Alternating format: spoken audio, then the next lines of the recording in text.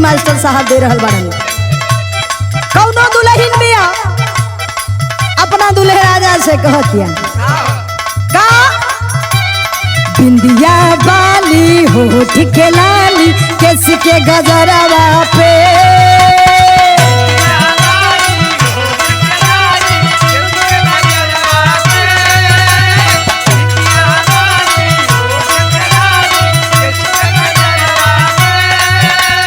बिंदिया बाली होठ के लाली केस के गजरवा पे तोरे बटे अधिकार भतारी हो आँखी के गजरवा पे।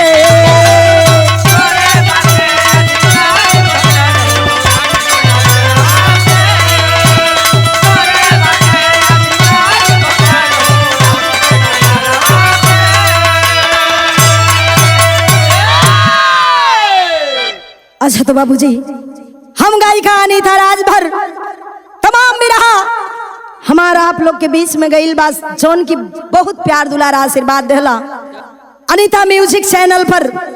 और ई जौन बिरहा हम अपने पूरी टीम के साथ में आप लोग के बीच में भेजत हई। आशा ना पूरा विश्वास बा कि जैसे वो सब बिरहा के आप लोग आशीर्वाद देला वैसे ही यहू बिरहा के प्यार दुलार आशीर्वाद देवा। बिरहा का शीर्षक बा बाप बलात्कारी को फांसी। बारे हमार दुनिया बारे ही जमाना जमाना कितना आगे हो गई, लोगों की सोच कितनी बुरी और कितनी गंदी हो गई। बाप बेटी नहीं चिन्हत, भाई बहन ना चिन्हत ही। बाहरे मेरा समाज कह नाम है मास्टर साहब।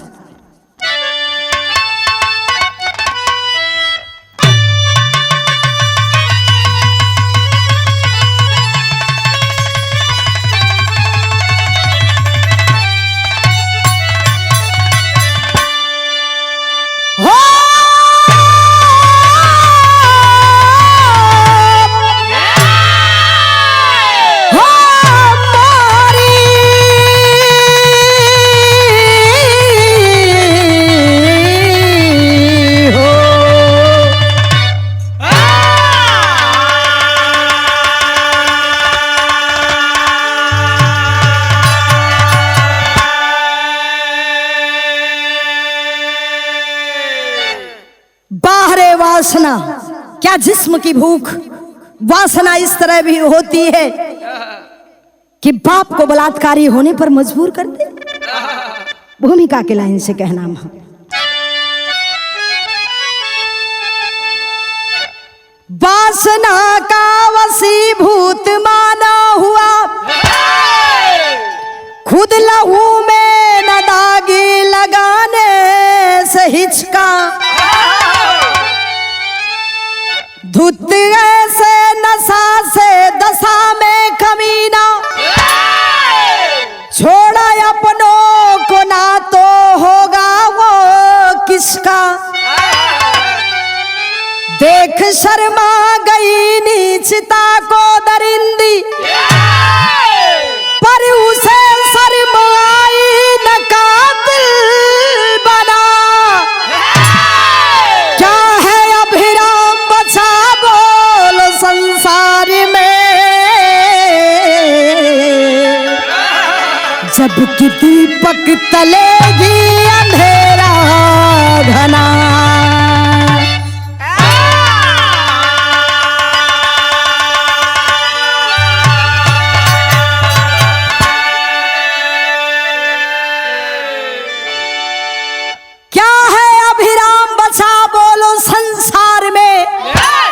जबकि दीपक तले ही अंधेरा घना। अब बताइए इससे बड़ा पवित्र रिश्ता क्या होगा। बाप और बेटी का जो रिश्ता होता है उससे पवित्र कोई रिश्ता है? कोई रिश्ता नहीं है। जिस बाप ने जिस बेटी को जन्म दिया, जो बेटी अपने बाप के छांव तले अपने आप को सुरक्षित महसूस करती है, माँ बाप के छांव में अपने आप को सुरक्षित महसूस करती है, आज वही बेटी एक बाप के छांव के तले रौंदी जा रही है। बिरहा में एक लाइन गजल के नमूना है मास्टर साहब। बाबा बाबा बाबा क्या बात है। ओहो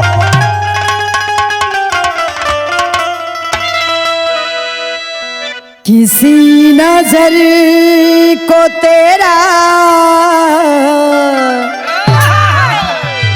किसी नजर को तेरा इंतजार आज भी है।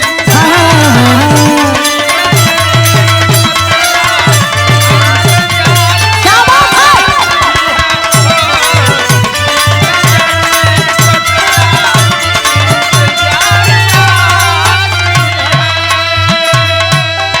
कहाँ थे तुम कि ये दिल बेकरार आज भी है। हाँ किसी नजर को तेरा इंतजार आज भी है।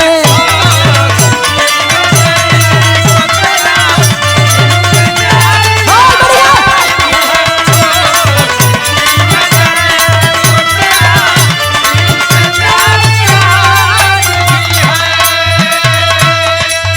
बार ये नजर बार ये निगाहें, यह निगाह केहू के चाहे तो करेजा में उतार ले, अगर किसी को चाहे तो कत्ल करा दे। कह नाम है क्या। नजर की गंदगी से नजर की गंदगी से जिगर कांप जाता है। हाँ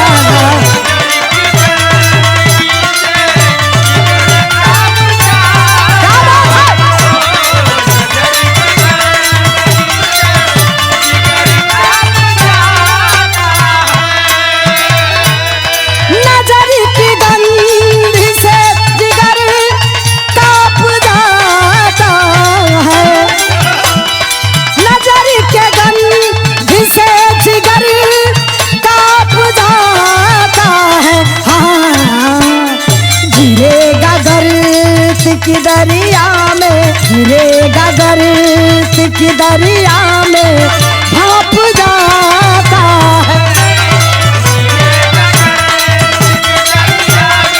भाप जाता है।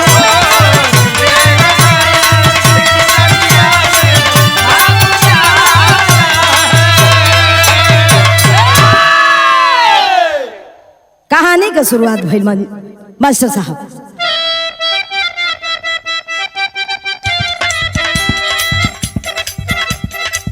कैसी नशा है जो जिगर में घुस के वार करे, अपने बेटी का बाप हंस के बलात्कार करे। पंजाब लुधियाना में होबे वाला थाना है, वही का शर्मनाक मिल गया तराना है। प्रताप सिंह वाला गांव का मोहिंदर है, नारबीनू वर्मा बेटी की तू सुंदर है। नशा का यादी मोहिंदर बड़ा यास रहा, नशा का यादी मोहिंदर बड़ा यास रहा। हवस के सामने दिखता ना कोई खास रहा।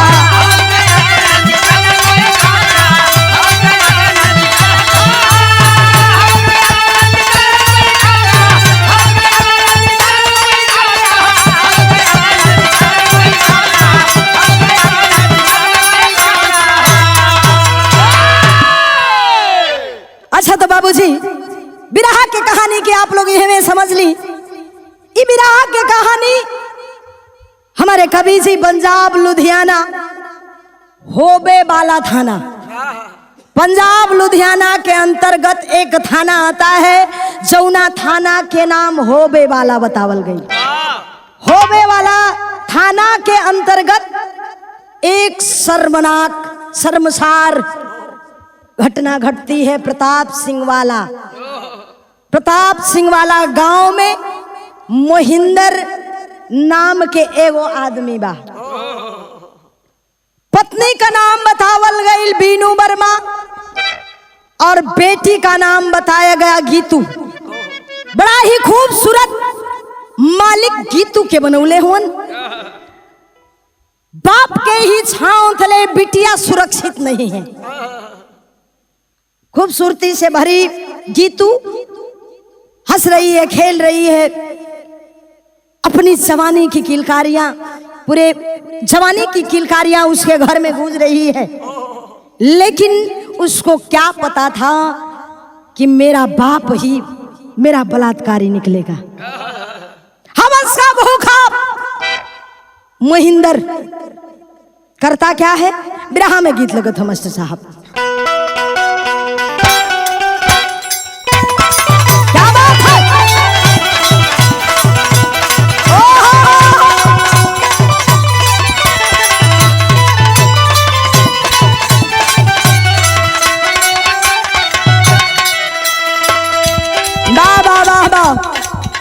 बड़ा ही अयास किस्म का मोहिंदर। मेहरारू अगर यही बतिया के समझावे, ए जी उम्र हो गई बा, सुधर जाओ, अभी से सुधर जाओ, एक जवान लड़की घर में है। जब ये बात समझाती तो वह अपनी बीवी को मारने लगता। बर्दाश्त से बाहर था, लेकिन फिर भी पति पति होता है, जिंदगी व्यतीत कर रही है। बेटी जमाने है, उसकी इज्जत आबरू है, पढ़ाना लिखाना है, सब कुछ देखते हुए अपने पति के साथ जीवन यापन कर रही है। होता क्या है, विरह में गीत था। चढ़ी के जहाँ जवान फसिया न मोहिनी के जहानी में,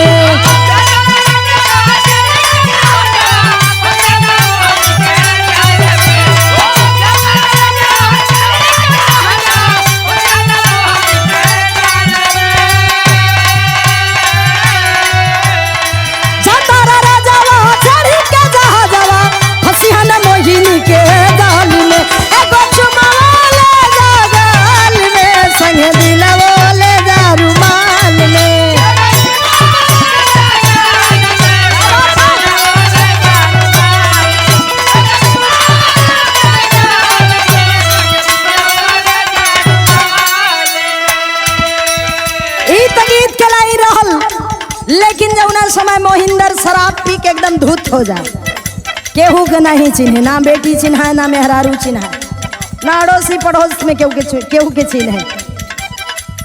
होत का पियला शराबवा तो चाहेला सबवा,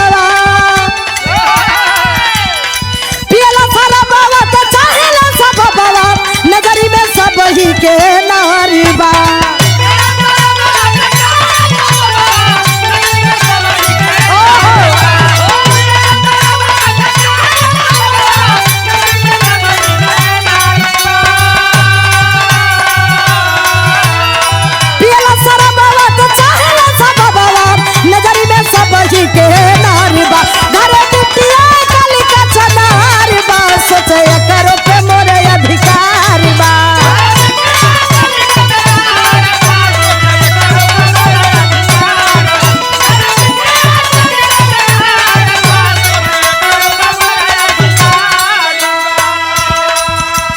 ए भैया इतने ना, वो मोहिंदर वो अयास पियला के बाद बिटिया के भी अपने गलत निगाह से देखे। मनी यहू पे हमारा अधिकार है। नसवा में देखी नाचे बेटी के पुतरिया, पिछवा से धयल चाहे जाके कमरिया।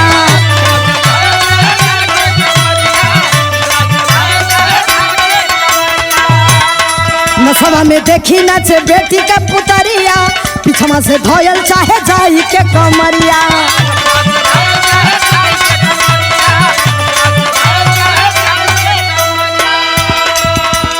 नारना बा घरवा गयल बा पजरवा, गयल चाहे लसीकारबा। घर बिटिया काली का चनार बा, सोचे करो पे मोरे अधिकार बा।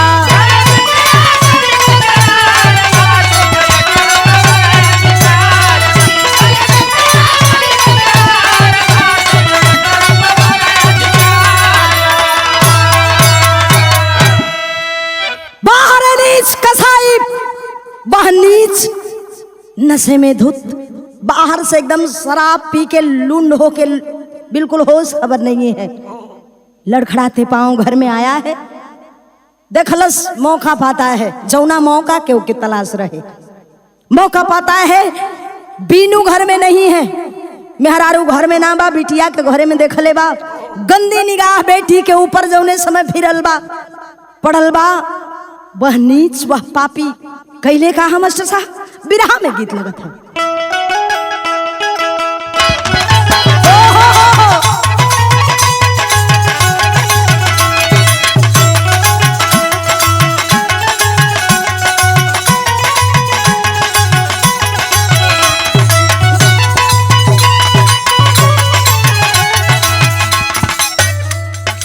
बाबा बाबा बड़ी नीमन गीत के संकेत हमारी मास्टर साहब दे रहल बाड़े कि सैया मत जा,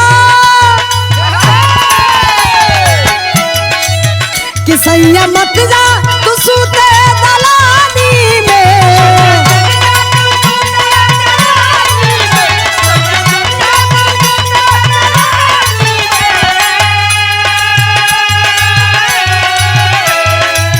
कि सैया मत जा तू सूते दलानी में, हो लगिया लागल बा हमरी जवानी में।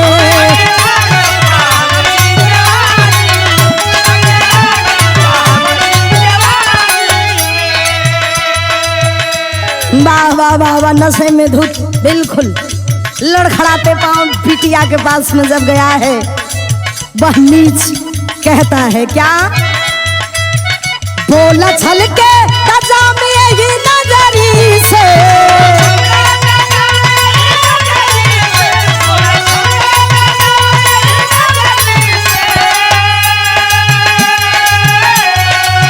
तो बोला छल के कजाम यही नजरी से, कैसी बातें नकाम घेरी बदरी से।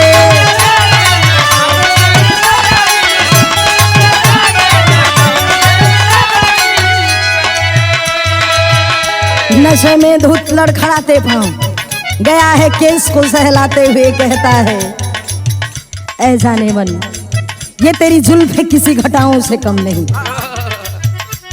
और तेरे ये होंठ इसका तो कोई जवाब नहीं। कहता है क्या,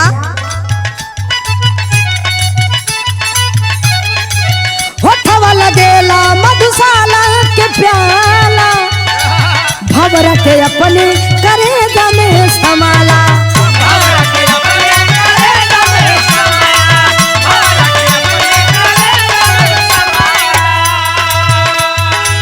होठवा लगेला मधुशाला के प्याला, भंवरा के अपना करेगा में समाला, खुशबू खुशियाँ बिखेरे तोरी घाघरी में,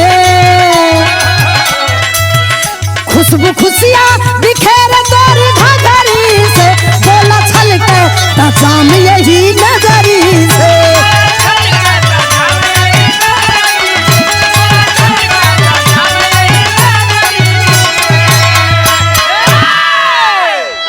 छेड़छाड़ महेंद्र जब अपने बिटिया के बॉडी के साथ बदन के साथ करने लगा, बिटिया के ठीक नहीं लगत है, ये तो मेरा बाप है। जब बाप इस तरह का है, जब मैं घर में सुरक्षित नहीं तो बाहर कहां से सुरक्षित रहूंगी। आँखिया में आंसू लेके बिटिया रो करके कहती है, ऐ बाबूजी, ऐ पिताजी, ऐसा ना करो, मैं आपकी बिटिया हूं, मैं आपकी बेटी हूं। इस तरह से आप नशे में धुत हैं, बाहर तो जो करते हैं, लेकिन कम से कम अपने बेटी के तो पहचाना। कहाँ है आप? होश में आइए। आँखी में आंसू ले करके वो लड़की रो के कले बिया बिरहा शैली में भाव लगत है मास्टर साहब।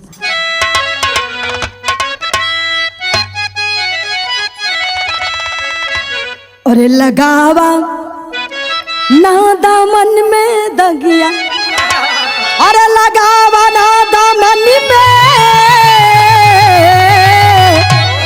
हो लगावा ना दामन में दगिया, सम्मा सिसक पड़ी लोगू ना यस्क बनावा, अरे बनावा, अरे बनावा।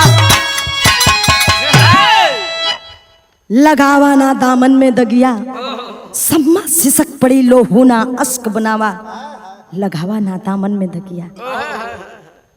है पिताजी, मैं आपकी बेटी हूं, होश में आइए, होश में आइए, मुझे पहचानिए कि आप अपनी बेटी की इज्जत को लूटने के लिए जा रहे हैं, आबरू को लूटने के लिए जा रहे हैं। लेकिन बाहर नीच वह कमीना करता क्या है मास्टर साहब? बिरहा में गीत लगा था, बाबा बाबा क्या बात है।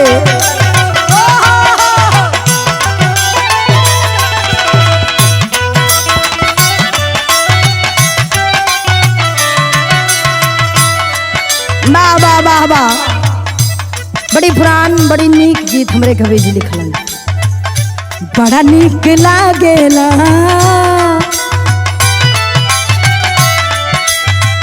बड़ा नीक लागेला झरलिया के गाँव में, बड़ा नीक लागेला।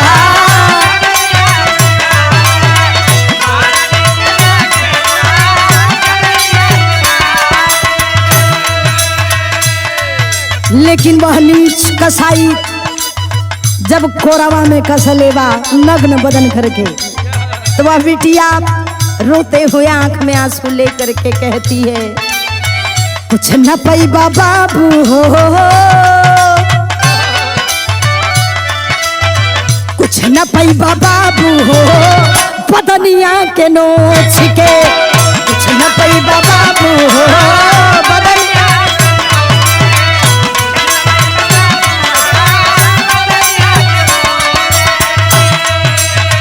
कौनो ओर के होई बहनाई देखा तनी सोच के, कौनो ओर के होई बहनाई देखा तनी सोच के, कुछ न पैबा बाबू हो बदलिया के नोच के।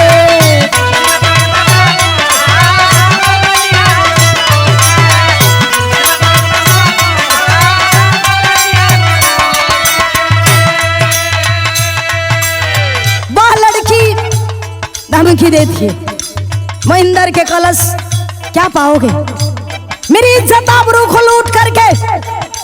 मैं आपकी इज्जत हूं, आपके घर की इज्जत हूं, आपकी बेटी हूं। ये समाज क्या कहेगा, ये दुनिया क्या कहेगी? लोगों के सामने अपना मुंह दिखाने लायक रह जाओगे? किस तरह के बाप हो तुम? मुझे छोड़ दो, नहीं तो अभी मेरी माँ आ जाएगी। मैं कह देती हूं कि मुझे छोड़ दो, नहीं तो मैं तुमको जेल के अंदर करवा दूंगी। बिटिया धमकी देती है, कहती है कैसे? माई जो आई न जानाई कर तुतिया,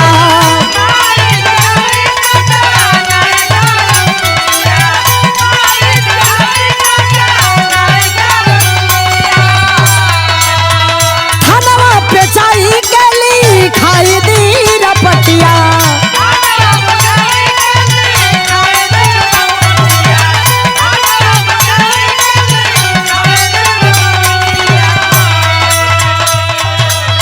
मारी के थप्पड़वा पपिया मारे लागल सोच के, मारी के थप्पड़वा पपिया मारे लागल सोच के, कुछ न पैबा बाबू हो बदनिया के नोच के, कुछ न पैबा बाबू हो।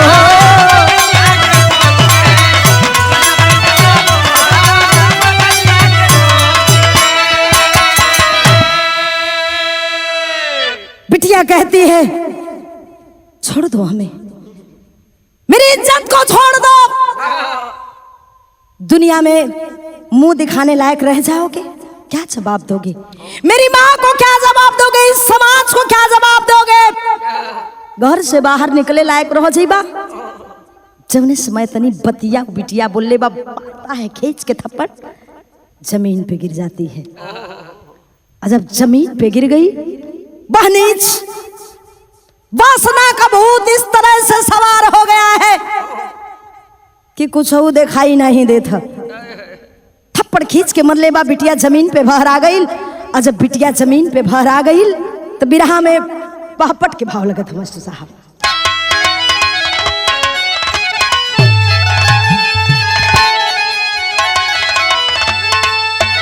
अरे आग बुझा के धमका गयल कसाई माई आई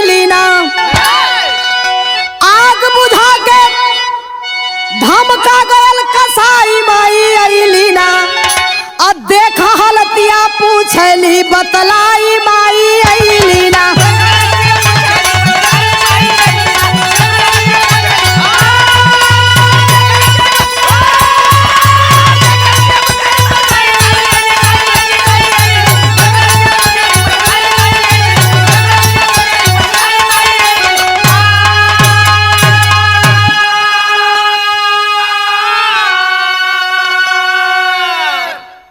होबे वाला था ना जाके बिटिया संग बिल खैली हो।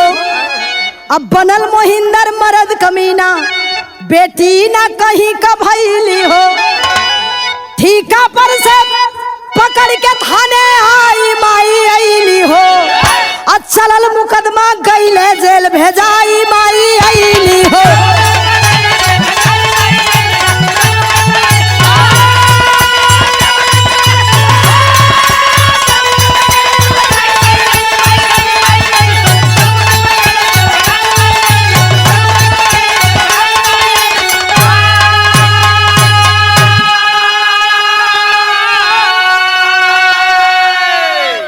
बाहर वह नीच कमीना बिटिया को जमीन पे गिरा दिया। इसके बाद उसके इज्जत को तार तार कर दिया, तार तार इज्जत के कर देलस। माई आइल बा, बिटिया के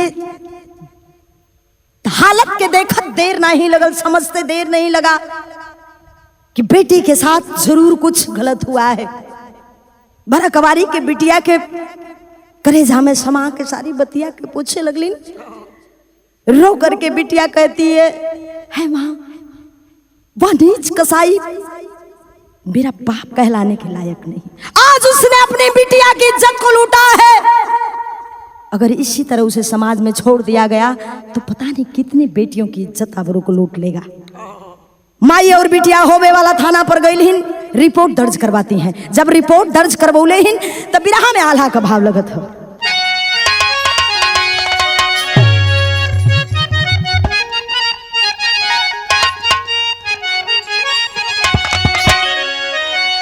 जुर्म के कुबूल कई के गयल पाप जेलवा बाबू। संचित से देला वा मेरो है सरकार।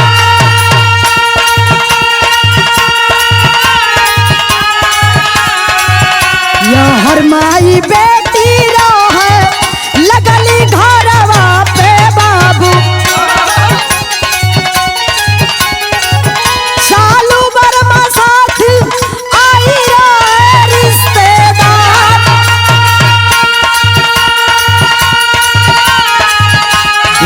धीरे बीतल 5 साल के समैया बाबू। पेरोल पे बाहर आयल बाबा दीकार।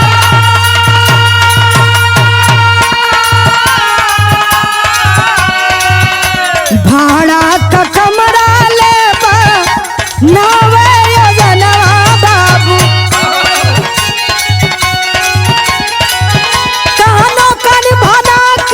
नहीं के हुए के यार।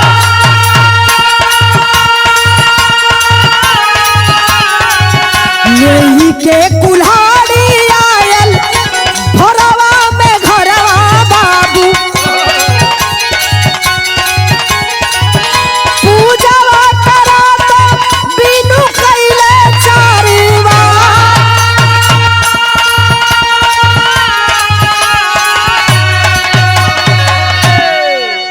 मथारी बिटिया जा करके होबे वाला थाना पर सारी बात के बतौले हिन। जब सारी बात के बतौले हिन कि मेरा बाप ही बलात्कारी है, मेरी इज्जत को लूटा है, मेरे आबरू को लूटा है। मोहिंदर को सजा हो गई, जेल काटने लगा। अब जेल काटे लगल, उधर का बात उधर छोड़ दिया जाए। इधर मतारी बिटिया एगो भाड़ा का रूम लेके, सालू नाम की एक औरत है, वही का रूम लेके वही रूम में मतारी बिटिया दोनों भाड़ा के रूम में अपन जिंदगी व्यतीत करत है। धीरे धीरे 5 से 6 साल बीत गए। 5-6 साल बाद जब ई मोहिंदर जेल से छूटल बा, पेरोल पे छुटल बा।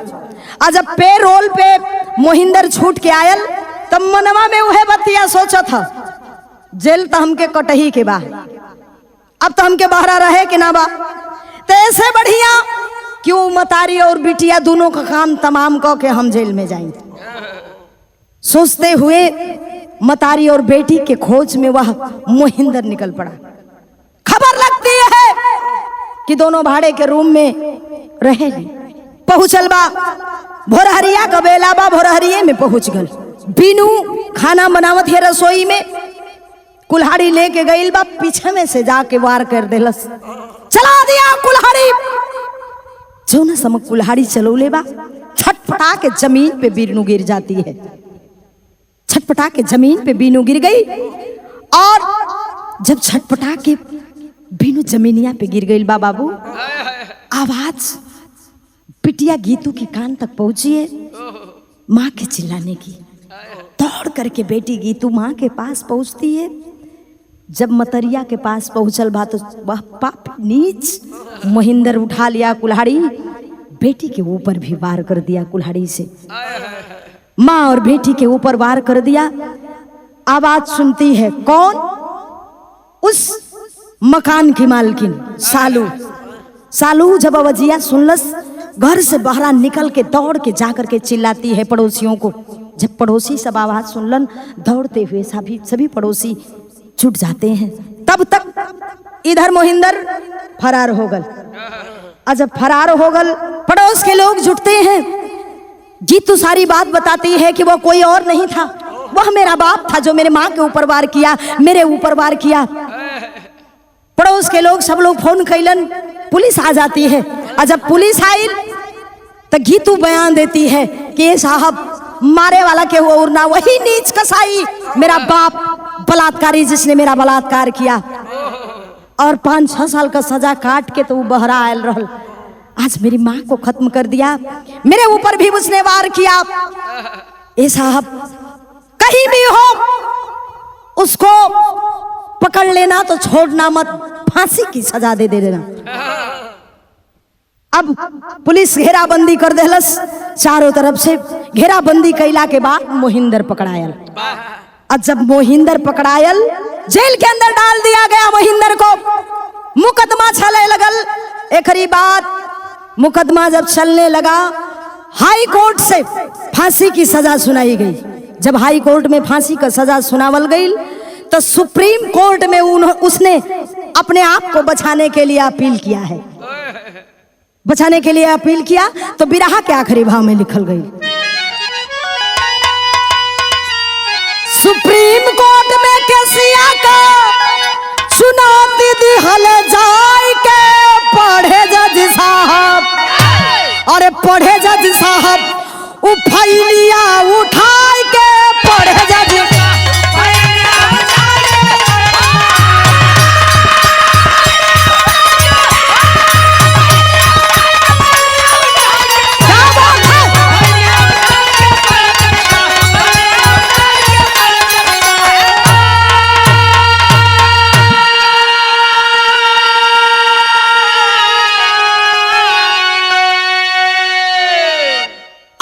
बचाव के लिए मोहिंदर की फांसी का सजा हमके ना मिले, उसके लिए उसने सुप्रीम कोर्ट में जज साहब से अपील किया कि हमें फांसी ना मिले।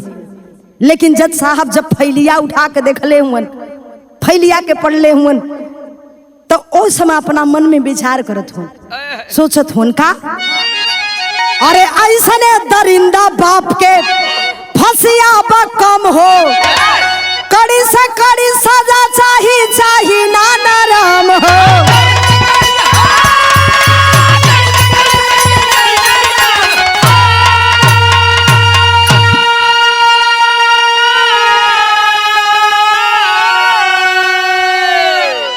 ई मर जाई का देखिए के, अरे देखावा जियाई के,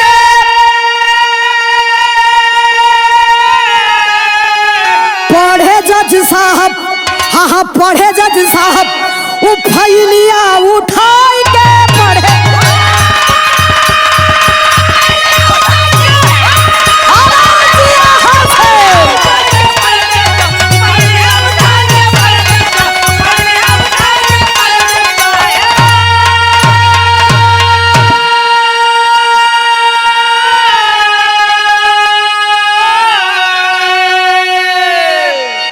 ए बाबू छौने समय जज साहब फाइल उठा के पढ़ ले हुन, देखलन के अरे बाप रे बाप, इतना बड़ा नीच और कमीना है या मोहिंदर, अरे ये मर जाई, अगर फांसी लग जाई तो इसको जिंदगी का क्या एहसास होगा, गम का क्या एहसास होगा। अगर इसको एहसास दिलाना है तो इसको जिंदा रखना है। कैसे कैले तब्दील उम्र कैद में सजैया, आखिरी सांस ले तड़पावाई झंखे तब मुदैया।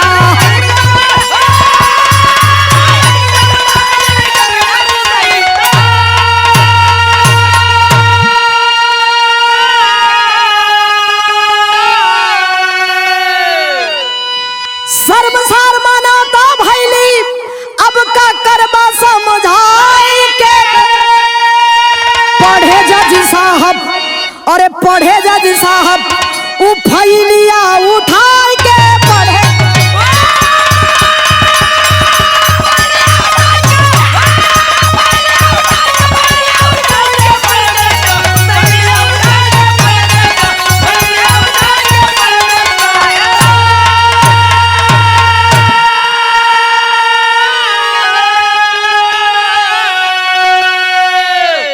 अब जज साहब कैलन का फांसी की सजा को उम्र कैद में तब्दील कर दिलन, मतलब जिंदा रहे, जियत रहे, देखे जिंदगी का होली।